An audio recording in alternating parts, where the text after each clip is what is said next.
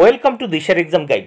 প্রিয় দ্বিতীয় শ্রেণীর পরীক্ষার্থী বন্ধুরা, তোমাদের জন্য এই ভিডিওটিতে আমি আলোচনা করতে চলেছি ক্লাস 2 অর্থাৎ দ্বিতীয় শ্রেণীর দ্বিতীয় পর্যায়ক্রমিক মূল্যায়নপত্র 2024 সালের সেকেন্ড ইউনিট টেস্টের প্রশ্নপত্র সম্পূর্ণ উত্তর সহ এই ভিডিওটিতে আমি আলোচনা করতে চলেছি।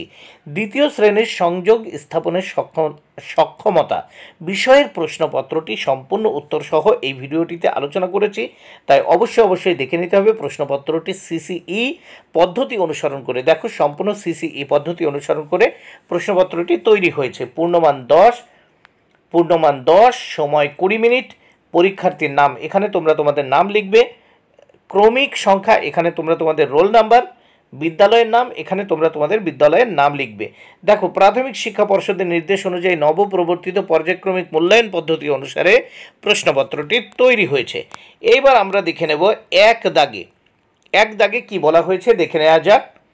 বন্ধনীর মধ্য দিয়ে শব্দ নিয়ে শূন্যস্থানে বসাও। এখানে দেখো, বন্ধনীর মধ্য দিয়ে শব্দ নিয়ে শূন্যস্থানে বসাও, 4টি করতে হবে। এর জন্য 2 মার্ক, প্রত্যেকটি প্রশ্নের জন্য 1-এর 2 মানে হাফ মার্ক করে বরাদ্দ। দেখো, এই বন্ধনীর মধ্যে যে শব্দগুলো আছে আগে দেখে নিই। পাখি আছে, সীমানা আছে, মস্ত আছে, শূন্যে আছে। তাহলে প্রথমে দেখো, ক দাগে উত্তর, বেলুন চড়ে শূন্যে পাড়ি দেওয়া যায়, তাহলে প্রথম উত্তর হবে শূন্যে। খ দাগে দেখো, থাকার সঙ্গে চলার স্বাদ পেতে বাড়ির ওপর মস্ত বেলুন বাঁধতে হবে, মস্ত, তাহলে এখানে মস্তও আছে। নেক্সট আমরা গ দাগে দেখে নেব। এখানে দেখব, দেখো গতে বেলুন বাড়ির কোনো, এই যে সীমানাটা এখানে বসিয়ে দিলাম, বেলুন বাড়ির কোনো সীমানা থাকে না। ঘ দাগে দেখো, বেলুন ছাড়া আকাশে আর উড়তে দেখি পাখি, তাহলে উত্তর হবে পাখি। বেলুন ছাড়া আকাশে আর উঠতে দেখি পাখি। নেক্সট আমরা 2 দাগের প্রশ্নগুলো দেখব এবং তার উত্তরগুলো দেখে নেব। 2 দাগে কি বলেছে, বাক্য রচনা করো, যে কোনো 2টি প্রশ্নের উত্তর দিতে হবে। এর জন্য 2 মার্ক বরাদ্দ, প্রত্যেকটি প্রশ্নের জন্য 1 মার্ক করে বরাদ্দ রয়েছে। প্রথমে দেখে নাও, কতে জানালা, খতে দিন, গতে খড়। জানালা, দিন, খড়। প্রথম দেখো, জানালা দিয়ে বাক্য রচনা করব। জানালা দিয়ে বাইরে তাকিয়ে একটা হরিণ দেখতে পেলাম। এবার দিন দিয়ে দেখো, দিনের বেলায় আকাশে সূর্য দেখা যায়। গতে দেখো, খড় দিয়ে গরু খড় খায়। নেক্সট আমরা পরের পৃষ্ঠা দেখে নেব। এই প্রশ্নের পরের পৃষ্ঠা দেখে নাও, সংযোগ স্থাপনের সক্ষমতা এই বিষয়ের প্রশ্নপত্র উত্তর সহ দেখে নাও, 2য় পেজ। এখানে কি বলেছে, 3 দাগে ফিল ইন দ্য গ্যাপস। দেখো, শূন্যস্থান পূরণ করো, use word from the help box.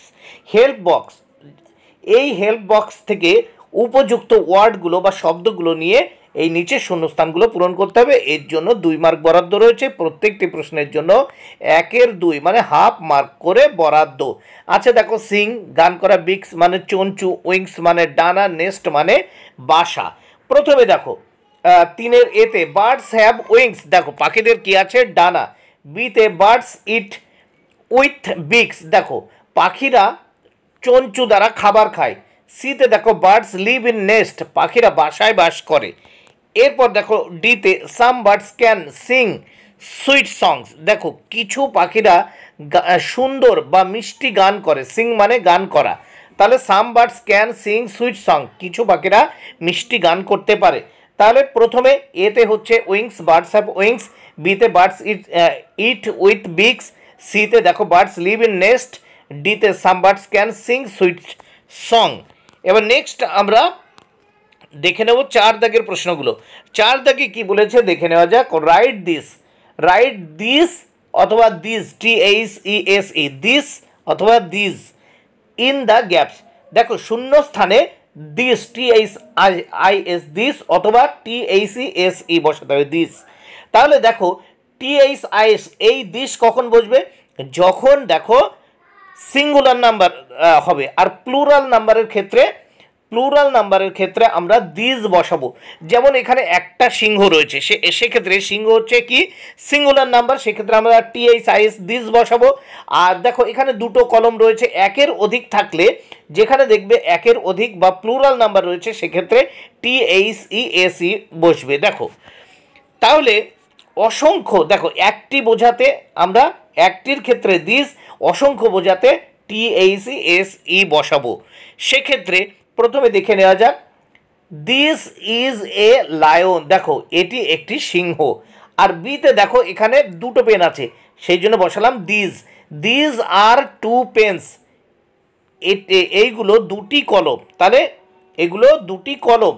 তারপর দেখো সিতে দিজ আর 5 হেন্স, দেখো একের অধিক মানে 5টি রয়েছে, সেই জন্য দিজ, এখানে একের অধিক থাকলেই দিজ, আর একটি বোঝালে সেক্ষেত্রে দিস, THIS।